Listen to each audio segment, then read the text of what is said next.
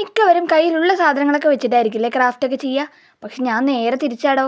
എനിക്കുണ്ടല്ലോ എന്തെങ്കിലും ക്രാഫ്റ്റ് ചെയ്യണമെന്നൊക്കെ തോന്നിക്കഴിഞ്ഞാൽ പിന്നെ ആ സാധനത്തിന് വേണ്ടിയുള്ള ഐറ്റംസ് ഞാൻ ഇങ്ങനെ തപ്പി നടക്കും. സൂപ്പർ മാർക്കറ്റിലും കടകളിലും വീടിൻ്റെ പരിസരത്തേക്കായിട്ട് ഇങ്ങനെ തപ്പി നടക്കല എൻ്റെ പണി കേട്ടോ. അങ്ങനെ എടുത്തൊരു സംഭവമായിരുന്നു ഇത്.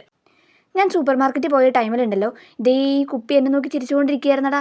പക്ഷെ നമുക്ക് ഈ കുപ്പി മാത്രമായിട്ട് അവിടെ നിന്ന് അങ്ങ് വാങ്ങിയിട്ട് വരാൻ പറ്റില്ലല്ലോ. അതിൻ്റെ ഉള്ളിലുള്ള സാധനം കൂടി അങ്ങ് വാങ്ങണ്ടേ.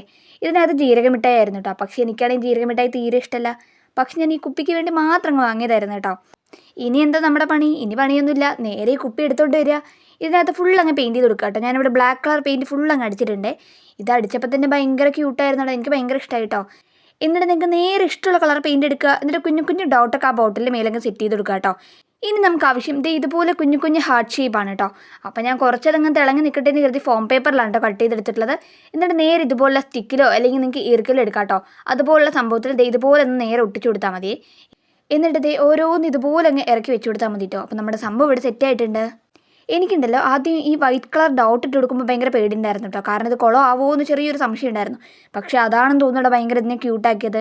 അപ്പോൾ നിങ്ങൾക്ക് ഇഷ്ടപ്പെട്ട് കഴിഞ്ഞാൽ ലൈക്കും ഷെയറും സബ്സ്ക്രൈബും ഒന്നും മറക്കണ്ട കേട്ടോ. അപ്പോൾ ഓക്കെ, ബൈ ബൈ.